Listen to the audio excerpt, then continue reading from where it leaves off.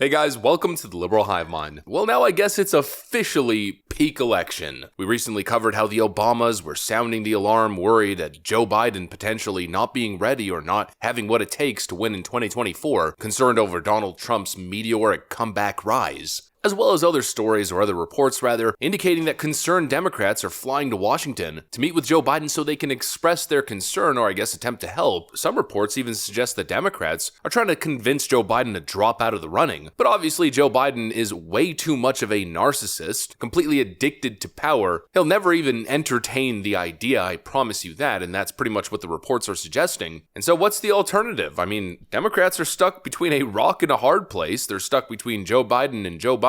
There's no other option. It's not even a binary. It's just one singular option. It's Joe, and that's it. And so I guess Joe Biden's re-election campaign really kicks off today because all of a sudden, he's no longer on vacation, no longer in the basement. Joe Biden is on the campaign trail, and holy frickin' moly, day one, it's already a complete disaster. I don't know how Democrats are going to turn this polling deficit around. If this is their strategy, and I was a Democrat, well, I'd be panicking just like Michelle and Barack Obama, because this just ain't it. Let me show you guys exactly what I mean by that. We got some stuff to get into, so let's roll the tape. All right, folks, so it's clear that Democrats are panicking. They're losing voter groups left and right. We got two Democrat-aligned firms to partner and focus on Latino engagement for 2024. We got Jim Clyburn saying that he's very concerned about Biden's standing with black voters. There's obvious concern everywhere except for the White House. They don't seem too concerned. They seem totally convinced that Joe Biden's up for the task. And then, of course, there's Joe Biden. Here's one of his most recent public appearances, looking as sharp as ever. This is Morgan Sherwin. This is Morgan Sherwin and Sam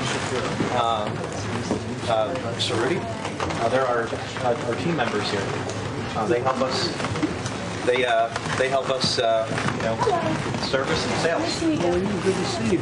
Getting chaperoned like a damn toddler once again. Look how the man is holding him back, almost as if he's been told that he's Joe Biden's escort, having to physically, I guess, orchestrate every move that the man makes. The optics are just so bad, it's on another level. And just when you thought that was bad, Joe Biden also made a little visit to some sort of center, and well, this happened. Do you have this from Secretary Austin? I do. I'm sorry. How you doing? Was it a lapse in judgment for him not to tell you earlier? Yes.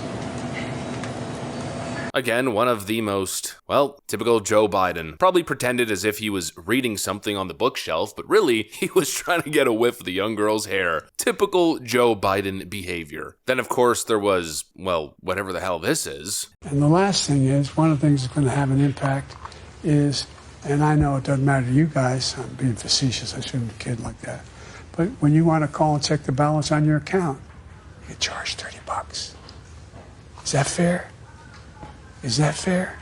These junk fees?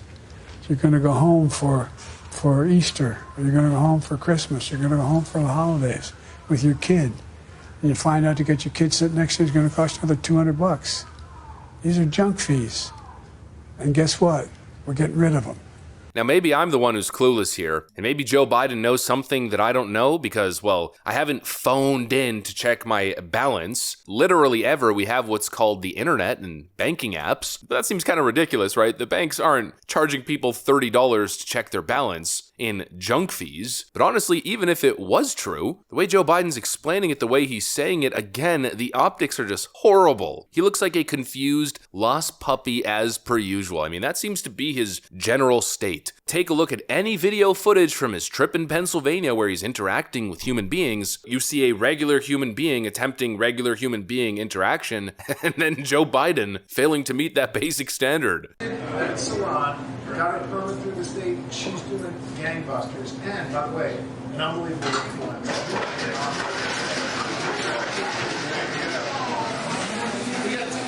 Just dazed and confused as per usual. This is Joe Biden's official kickoff of his campaign. I mean, that's the way that I look at it. I mean, the year's ticked over. It's officially 2024. It's moving quick. It's moving fast. It seems like the Republican nomination process is mostly wrapped up here. Biden's got to now get on the move. He's got to get on the campaign trail. And so it started an absolute frickin' train wreck. Just visually, and as per usual, Joe Biden does his little stops and then immediately wraps up his campaign stop, heading back to Camp David for another weekend vacation.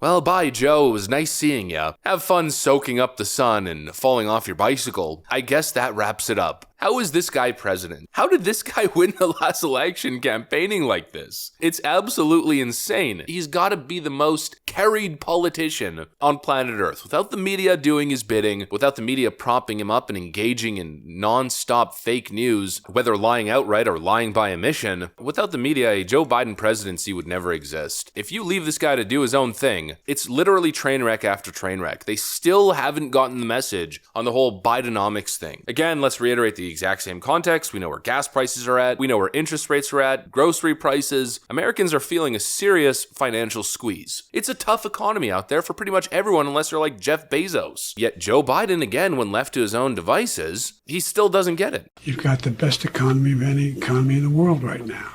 And that literally is true. But people turn on the television, and what do you hear? Everything's negative. Even the good stuff ends up negative. You've got the best economy of any economy in the world right now. That's literally true. I can't with this guy anymore. He does not get it. A walking frickin' train wreck. And it would be one thing if it was, you know, the odd little gaffe here and there, but mostly just kind of like a lame duck, useless tool occupying the Oval Office. I guess keeping the seat warm for hopefully Donald Trump's inevitable return. I mean, that would obviously be best case scenario, but that isn't the reality. This guy continues to do damage. And it's not just economic damage or what's going on at the southern border. The foreign policy mistakes continue to stack up, from Afghanistan to Ukraine to Joe Biden's inability to really do anything of value in Israel to now this. Unacceptable. Joe Biden denounced for bypassing Congress over Yemen strikes. Joe Biden approved an airstrike, supposedly targeting a Houthi base in the region, totally without congressional approval, engaging in yet again another act of war without Congress voting on it. Now, of course, this is the scene in Yemen.